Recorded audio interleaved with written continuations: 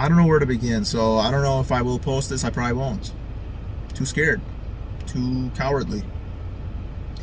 But if I do, for those of you, those few of you who are privy to my online presence, listen, I know it's probably annoying, the Jesus thing. Like, trust me, I get it. Like, I don't think you understand. Like, I know everything all of you are thinking, pretty much, who don't believe. I've thought it all. I was so sure of it all myself, right? I wasn't sure if God existed or not. That I could never, I was always like staunchly agnostic, leaning on atheist, but and then I became more spiritual, and I believed in some whatever God, universe, or that kind of mumbo jumbo generic stuff.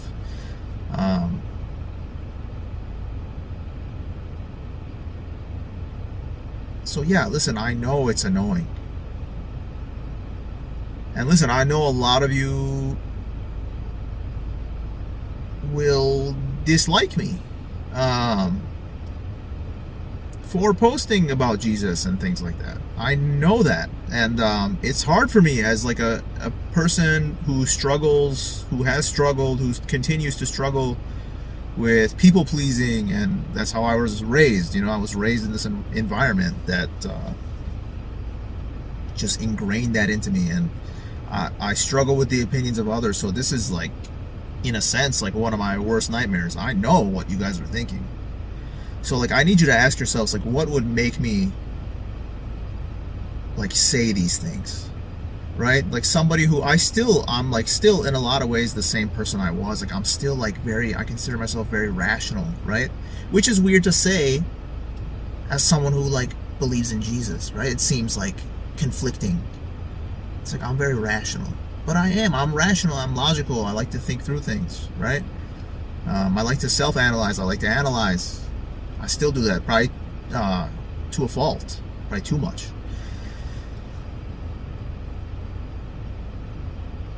But listen, guys, it's like,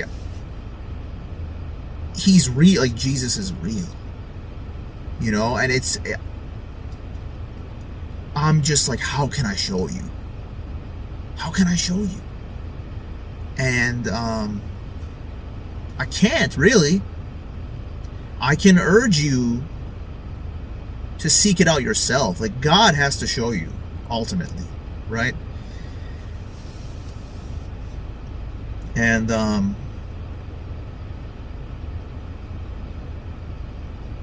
maybe I should get into my testimony a little bit. And I hesitate to, because there are things in there that I don't share with people that I don't like people to know. But enough people know that, like, if you wanted to know, you could know, right? Like, it's out there in the world to some degree, or honestly, it's out there. It's just people don't know. Nobody could possibly know the suffering I've been through, right? It's like in this world, I'm nothing, right? By the standards of this world, I'm nothing. I'm a failure. And I feel that way a lot. Pretty much all the time. And I don't say this arrogantly, and I hardly believe it myself sometimes. But it's like, deep down, I know it's true. Like, spiritually, I am something. Like, if you guys knew, like, the half of it, like, and it's not like some competition, it's not some like sympathy seeking whatever. Like, in the spiritual world, like, I'm not perfect at all, not even close, but like, I've been through some things spiritually which like have manifested physically, obviously, that a lot of people couldn't get through, right? Like one of these things alone like has taken like I'm sure many people out, right? And it's been sort of like back to back. And like in retrospect, like now that I've come to the truth of Christ, it's like I know, like, the devil's been on me my whole life, dude. Like, he really has. Like, the devil's been, like, he's been messing with me, like, through people, through circumstance, through my own mess ups, you know. Like, he's been on me. And he's come pretty close to destroying me. There was a couple times there, like, I thought I was on my way out, like, I didn't want to be here anymore. And there was, like, I'm sure several times I should have died. Like, I should not be here. Like, I owe my life to Jesus, and I'm not grateful enough, and I don't do enough. You know, but I know that deep down, it's like, I should be dead in, like, multiple different ways. I should be dead. I shouldn't be here.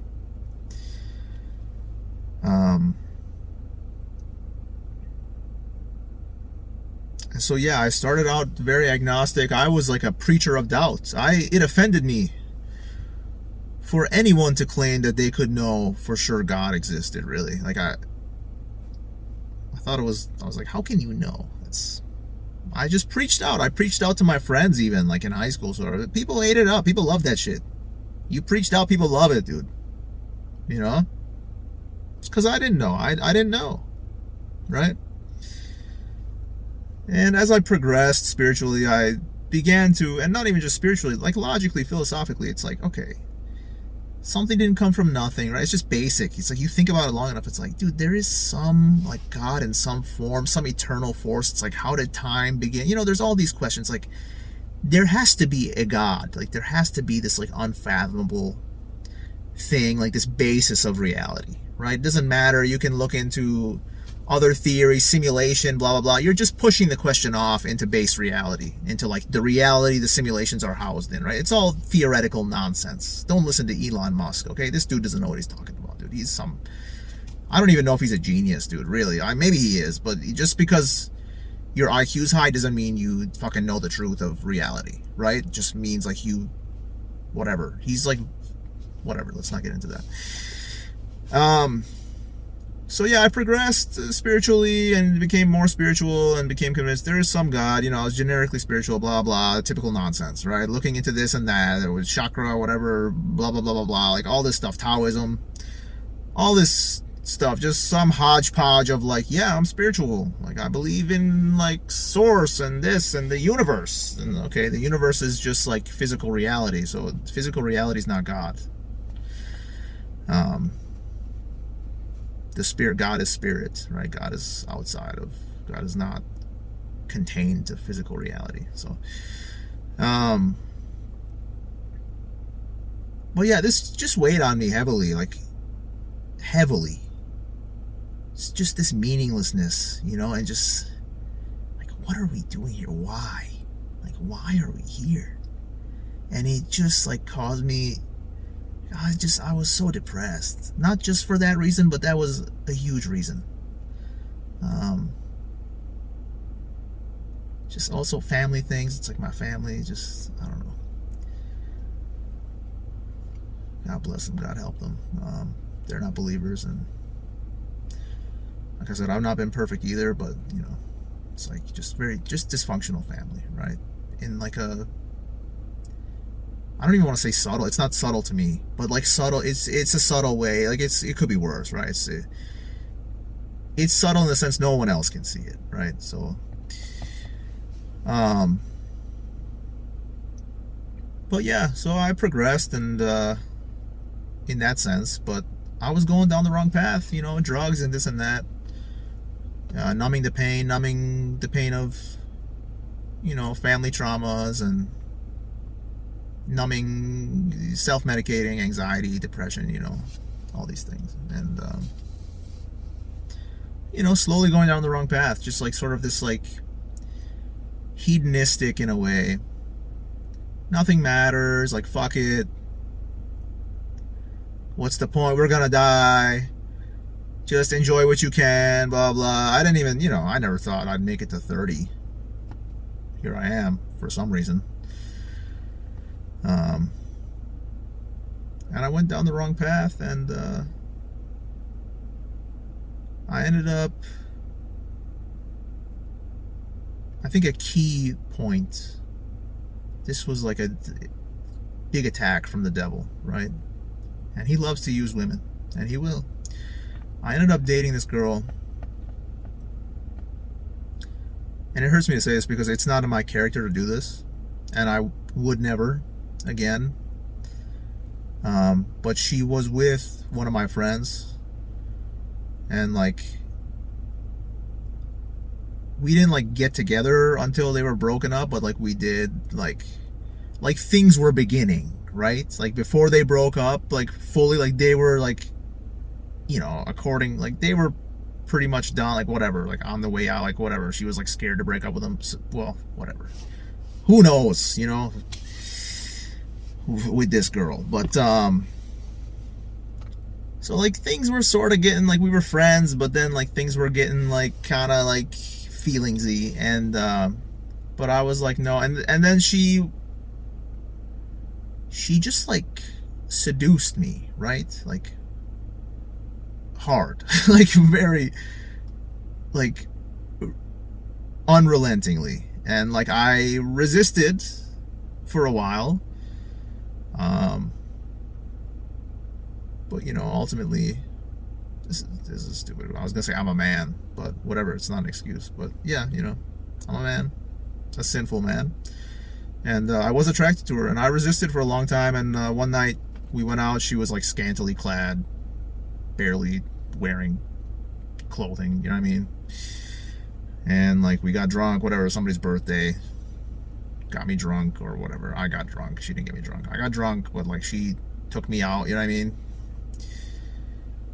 And that's when it began.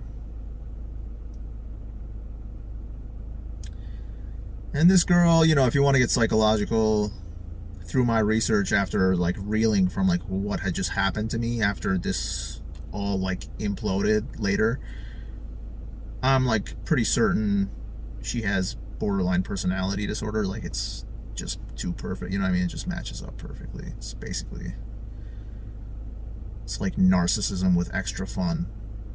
And by fun I mean like evil. Like just completely, like these people like will destroy you, you know what I mean? Like you have to be, they'll just destroy you, you know? And I'm an idiot because she tried to tell me. And it's funny because now that I've become more spiritually mature, this is a thing that like Satanists do. This is a thing that they believe in, karmic retribution. So if they tell you what they're going to do to you and you allow it, they believe they get away with it, right? Spiritually. She told me, she tried before like we started like officially dating, she like acted really weird this one day. And I don't know, we were at somebody's house on fire or something. Bonfire, and she like walked in the house, was acting weird, whatever, dejected, whatever the word is. It's not the right word, but you know what I mean. And she wrote this note and like handed it to me. And it was something along the lines of like, I caused nothing but chaos and destruction, right? I was like, and dude, low-key, I think it just attracted me more to her, low-key, if I'm being completely honest, because of, you know, codependency nonsense from my past. But really, like, I thought she was just being dramatic, right? I was like, yeah, okay, chaos, destruction, okay, whatever. No, she was literally, that was 100% facts, right? Like, that's exactly, is the one of the few times she told the complete truth. I'm pretty, like, that's, like, I don't know what it was, right? Like, and I, looking back, like, it's just, like, makes sense. Like, just the way she was super weird. You know what I mean? Like, just everything is just, like, spiritually, it's like, ugh, dude, that was it right there, bro. Like, that was your, like, don't, dude. Well, there's multiple, so I'm an idiot, but you know what I mean? I was young, so I didn't know how to spot red flags, or I didn't care. Both. And I was naive. So yeah, as you can probably assume, like, this did not go well, right? It was, at first it was great. The love bombing phase, right? That's what they call it. It's like, they make you think, like, that's it. Like, dude, this is the one. Like, dude, she loves me. Like, dude, she's great, you know? And, like, they mimic you, and, like, they're so interested in you, and, like, blah, blah, blah, blah, blah. And, like, they're just so good at like they just put on this like cutesy whatever. I don't know. I just fell for it. Like just hook, line, and sinker, right? Just boom, just reeled me right in. I was literally hooked. That's what they do. They hook you, and then they pull the rug out from under you, and you don't know what's going on. Like you can't, you know what I mean? You don't understand. Like, dude, this person that I was with was not a real, like that was the facade, right? You're still clinging to the facade. You haven't even become aware, right? The rug pull is nuts, right? But yeah, as you can tell, like this did not end well, right? And like, you know, I'm not blameless either, right? But I wasn't like maliciously evil, okay? Like she pulled me out of character at times, and like I didn't do anything too terrible, but like I did behave in like some ways I'm ashamed of, right? It's like, but it's like, you know, it's like they make you crazy, dude. Like they just like fuck with you. But yeah, I didn't do anything that bad. It's just like, you know, it's just like you're just clinging to this, like you're like, what's going on? You don't get it. And then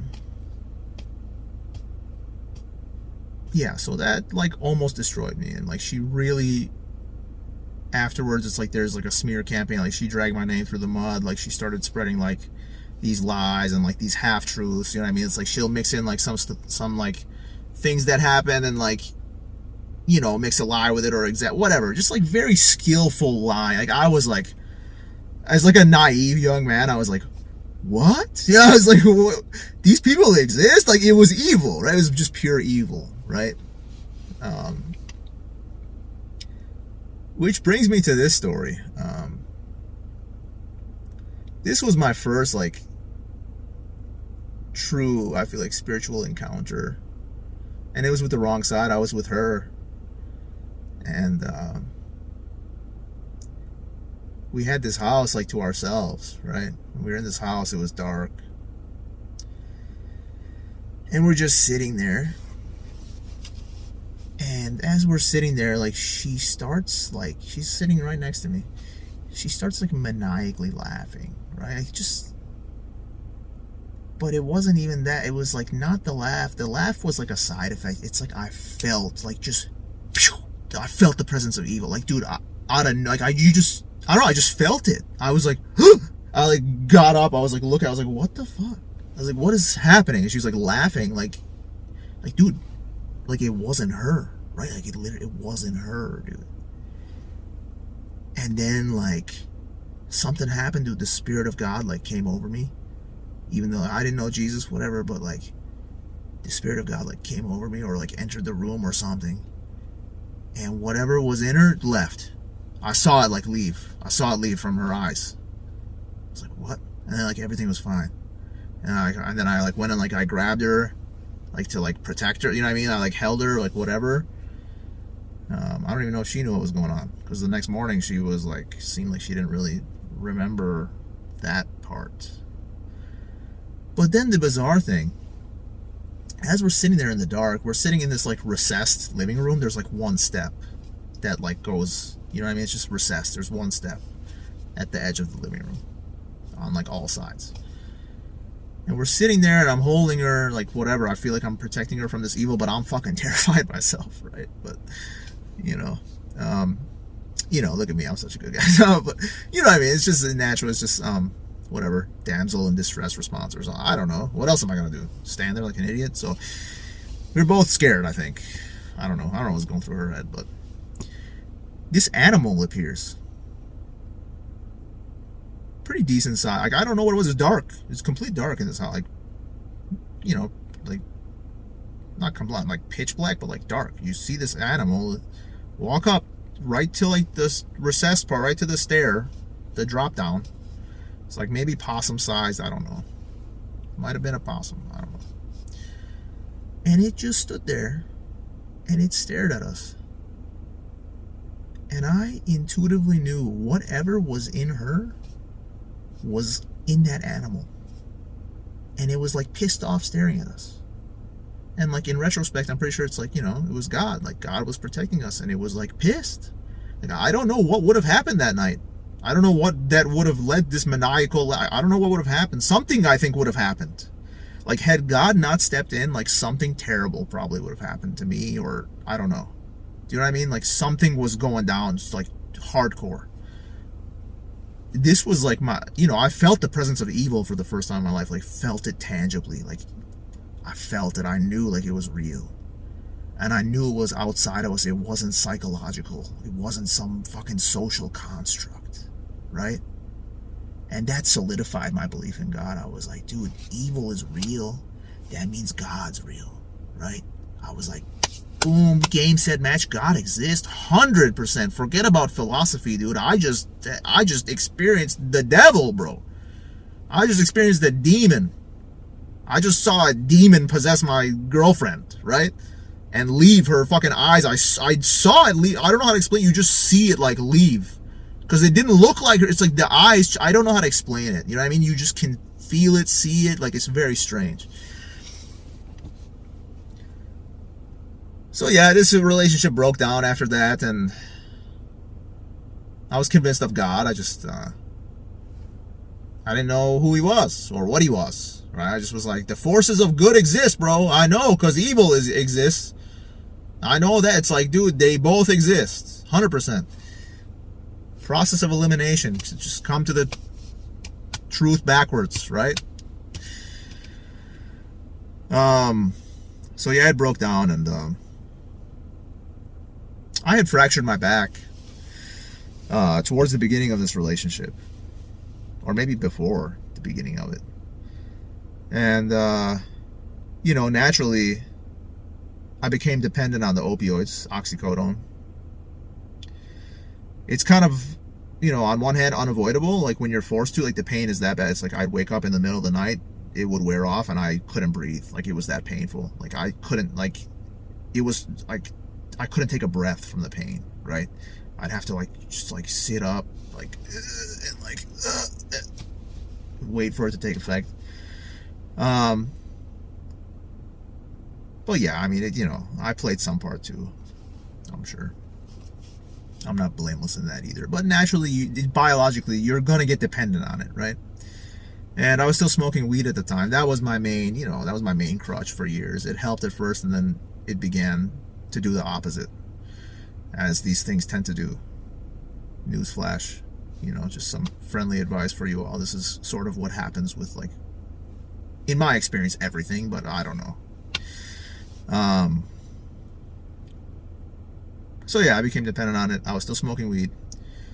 And then I still needed them for the pain at that point, I'd say. Not I'd say, I did. And my doctor, like, was going to make me sign a pain contract, right? Which entailed, like, drug testing and this and that. I was like, okay. But then I called and I was like, so is weed? Like, because, dude, it's weed. But it's illegal here. And back then, now they probably, I don't know, they probably don't care now, even though it's still illegal here technically, but, barely, with the Delta 8 and all that. They just find their way around it now. But it was not as accepted, but I thought, like, it should be. I was like, come on, this is not a drug, blah, blah, And they're like, yeah, no, you can't test positive for weed. I was like, what? So you're just going to yank away these pills that I'm like, that I need? And, I was, stubborn. I'm stubborn. I'm still stubborn. Stubborn and prideful, right? I was like, fuck you guys. I'll get it myself.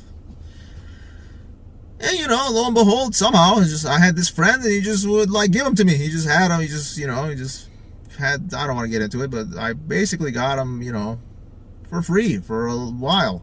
Not always for free, but for free. But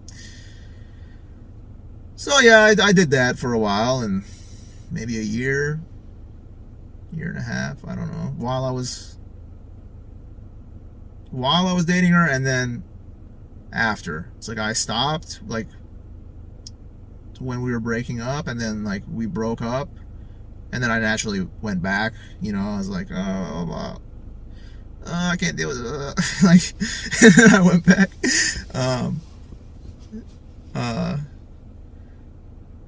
So yeah, and then, eventually this becomes untenable. Is that the right word?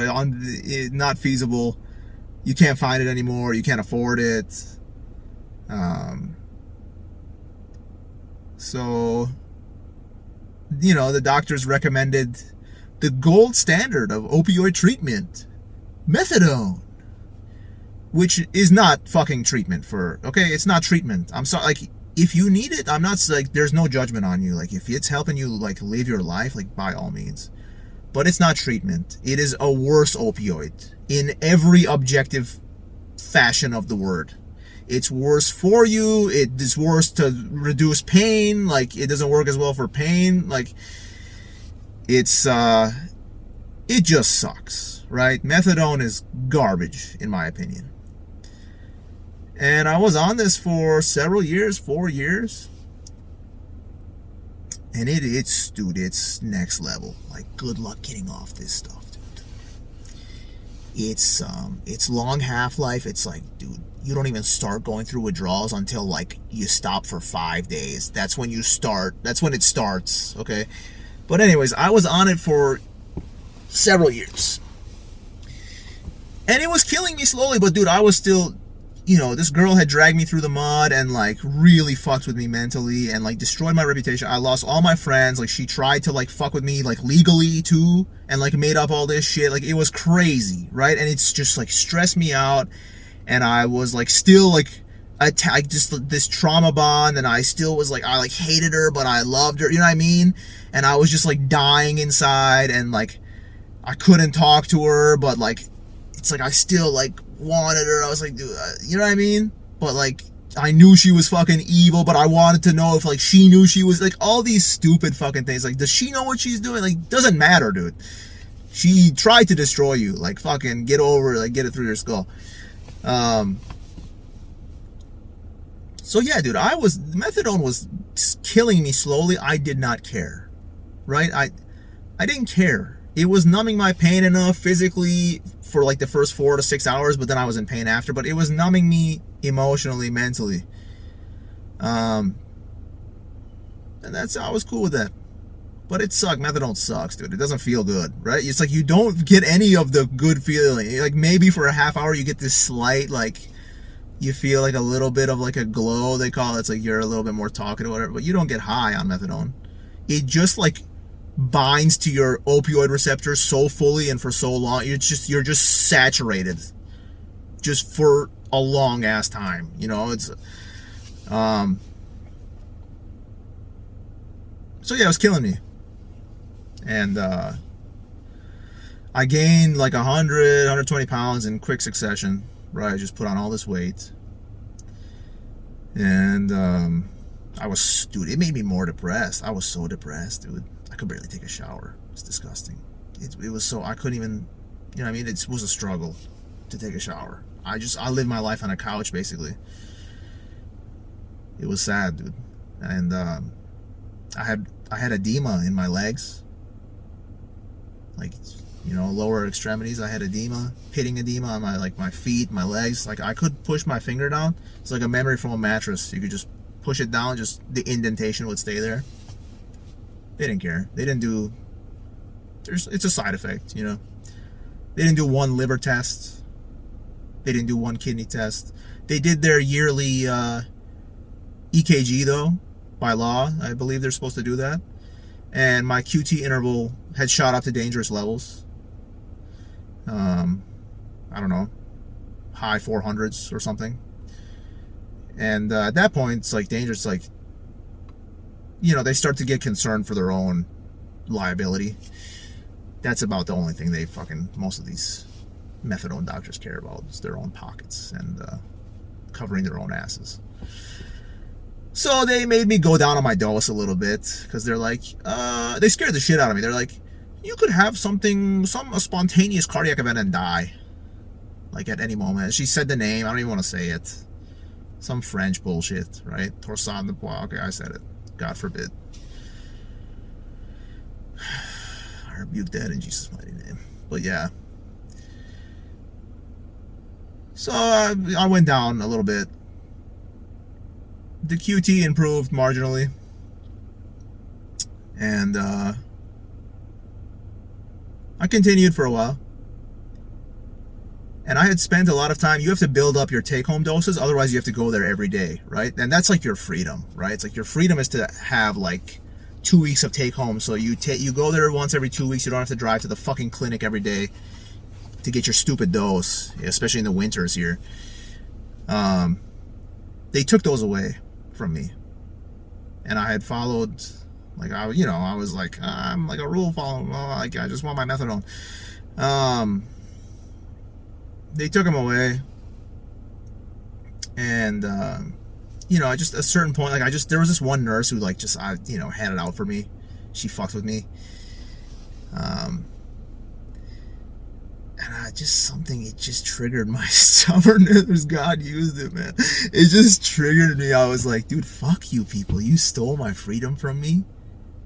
It's like unfairly, like you're just fucking with me.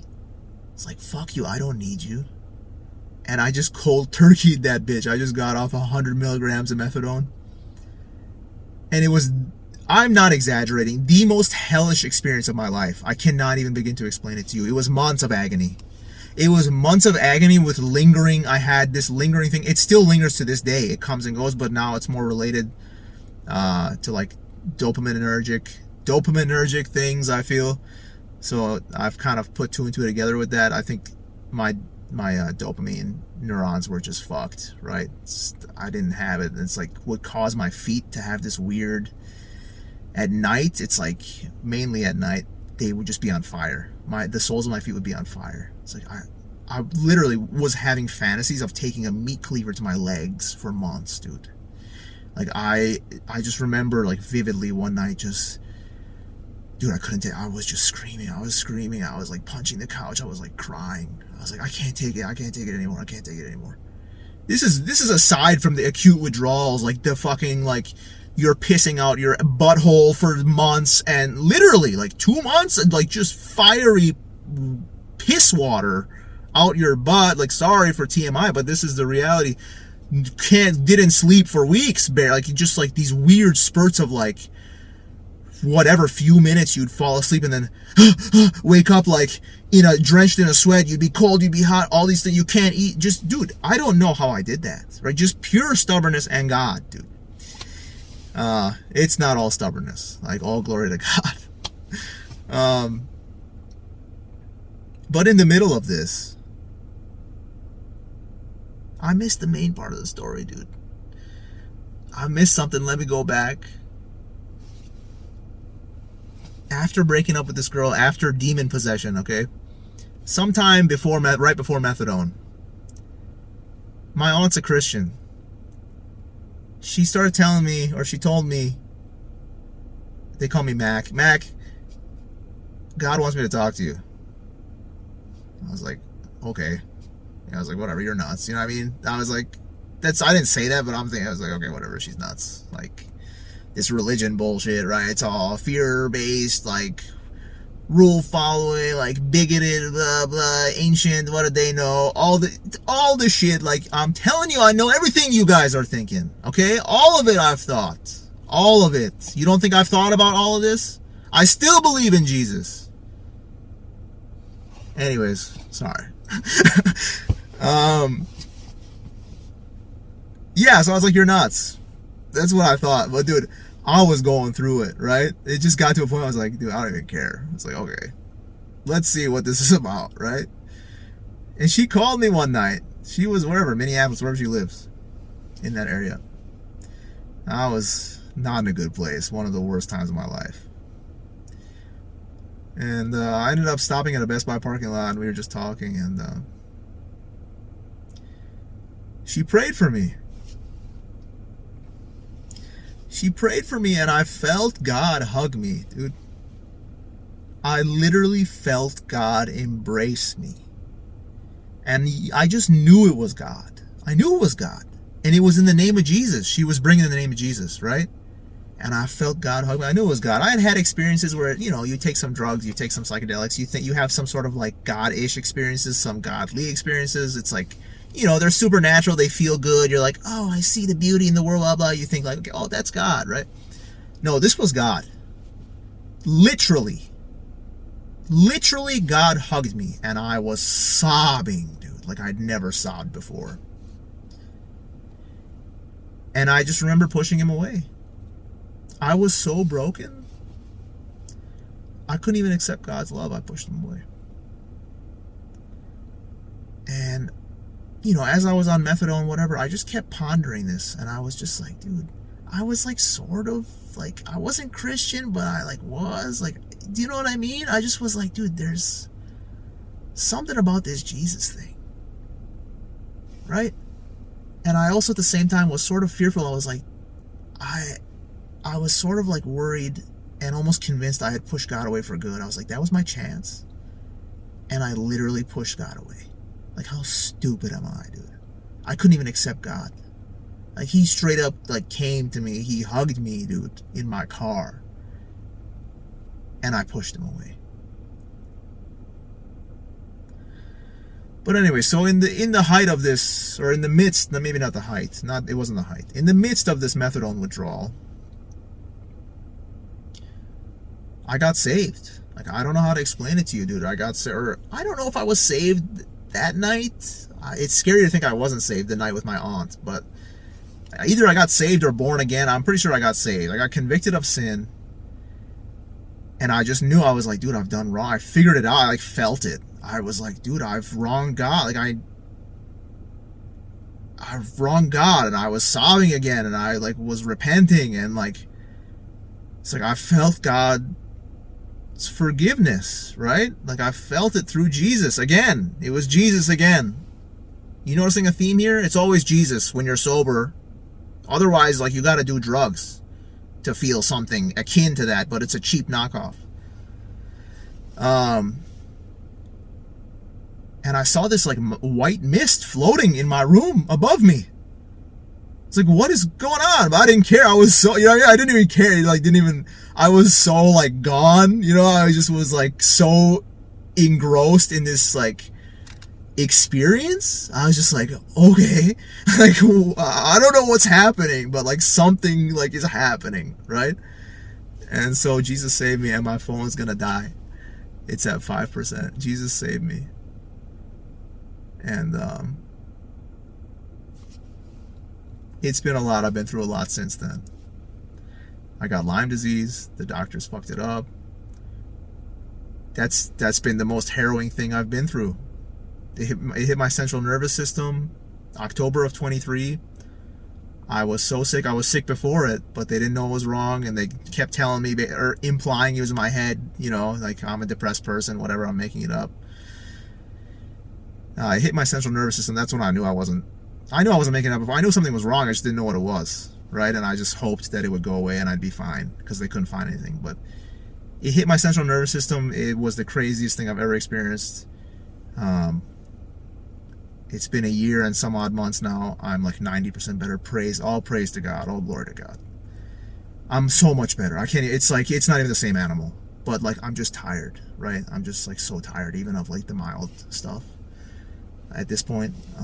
And I feel very ungrateful, because like God has brought me so far.